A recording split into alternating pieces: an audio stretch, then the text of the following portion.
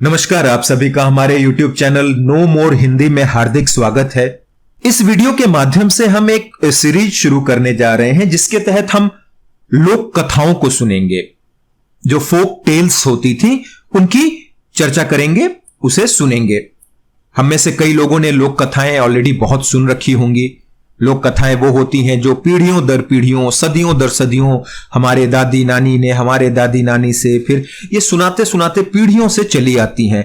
इसमें कई बार हमें कई कहानियां ऐसी भी प्रतीत होती हैं जो बहुत ही इररिलेवेंट लगती हैं। लगता है कि अरे इसका क्या मतलब यार, इसमें तो कोई बात नहीं है। लेकिन आप ये मान के चलिए कि ये किस दौर की कहानी थी। हो सकता है उस समय लोग उतने विकसित नहीं थे, तो हम उन्हें समझाने के लिए इस तरह की कहानियां कई बार बनाते भी थे। जो आज के विकसित दिमाग को लग सकता है कि इन कहानियों में वो बात तो है नहीं, वो मकसद तो है नहीं, लेकिन वो उस समय के लिए बहुत रिलेवेंट हुआ करती थी, लोगों को सीख देने के लिए, समझाने के लिए, बुराइयों से बचाने के लिए। तो आइए शुरुआत करते हैं लोक कथाओं की। और हमारी पहली लोक कहानी है पोल खुल गई। एक बार किसी मौलवी को उसके मुरीद ने खाने पर बुलाया। मेजबान के घर पहुंचकर उसकी दहलीज को पार करने के दौरान मौलवी अचानक चिल्लाने लगा, हट हट हट। इस पर मेजबान घबराया और सहमते हुए मौलवी से पूछा, जनाब क्या हुआ, आप इस तरह क्यों चिल्ला रहे हैं? मौलवी गंभीरता से बोला, अरे नहीं नहीं, कुछ नहीं। मैं मक्का के पाक काबा में घुसते दिखाई दे रहे एक कुत्ते को भगा रहा था। यह सुनकर मेजबान दंग रह गया।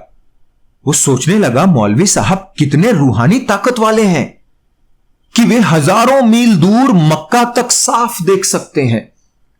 लेकिन मेजबान की बीवी को यह बात हजम नहीं हुई। खाना परोसते समय उसने मौलवी की थाली में सालन को चावलों के नीचे छिपा दिया। अगल बगल में बैठे दूसरे लोगों की थाली में चावल और सालन तथा अपनी थाली में सिर्फ चावल देखकर मौलवी साहब इधर उधर देखने लगे। मेजबान की बीवी बोली, जनाब आपको कुछ चाहिए? मौलवी बोला, जी शायद आप मुझे सालन परोसना भूल गईं।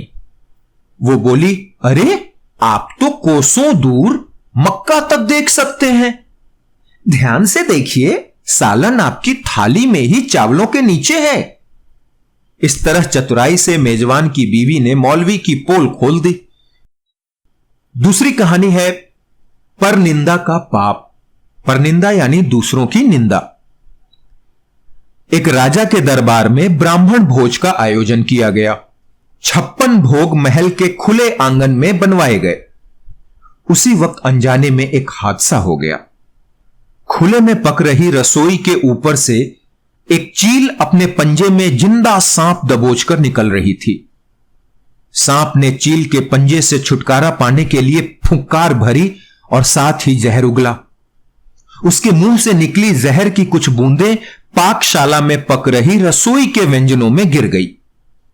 जहरीले भोजन के खाने से सभी ब्राह्मण काल के गाल में समा गए। जब राजा को इस बात का पता चला तो ब्रह्म हत्या के पाप ने उसको दुखी कर डाला। ऐसे में सबसे ज्यादा मुश्किल खड़ी हो गई यमराज के लिए कि आखिर इस पाप का भागी कौन है और ब्रह्म हत्या के पाप के लिए किसको दंड दिया जाए। सबसे पहला नाम राजा का आया, क्योंकि राजा ने ही ब्राह्मणों को भोजन के लिए आमंत्रित किया था। यमराज के मन में दूसरा नाम रसोइये का आया, जिसने ब्राह्मणों के लिए महाप्रसाद तैयार किया था। यमराज को तीसरा ख्याल चील का आया, जो सांप को पकड़कर ले जा रही थी। सबसे अंत में यमराज ने सांप के पाप पर विचार किया। लंबे समय तक यमराज अनिर्णय की स्थिति में रहे कि आखिर ब्रह्म हत्या का दंड किसको दिया जाए।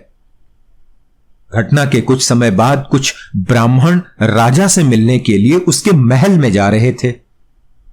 ब्राह्मणों ने एक महिला से महल का रास्ता पूछ लिया।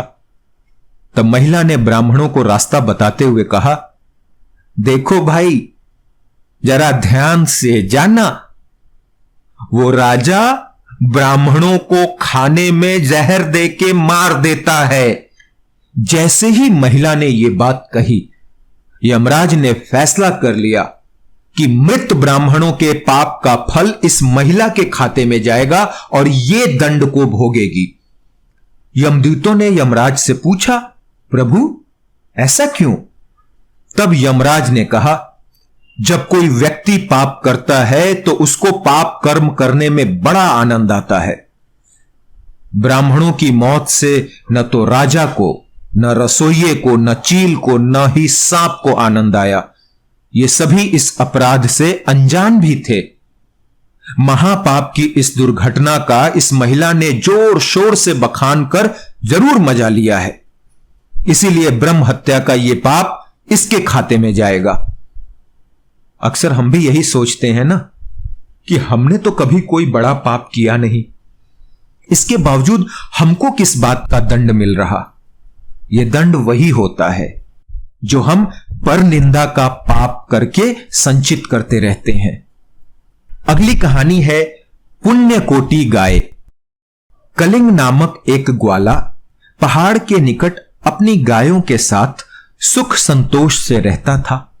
उसकी गायों में पुण्य कोटि नाम की एक गाय थी जो अपने बछड़े को बहुत प्यार करती थी। प्रतिदिन संध्या समय वो रंभाती और दौड़ती हुई घर लौट आती थी। उसी पहाड़ में एक शेर भी रहता था। एक बार बहुत दिनों तक उसे कुछ खाने को नहीं मिला। उसने एक दिन शाम को पुण्य कोटि गाय को रोककर कहा, मैं तुम्हें अपना आहार बनाऊंगा। पुण्य कोटि ने शेर से विनय के साथ कहा, मुझे घर जाने दो।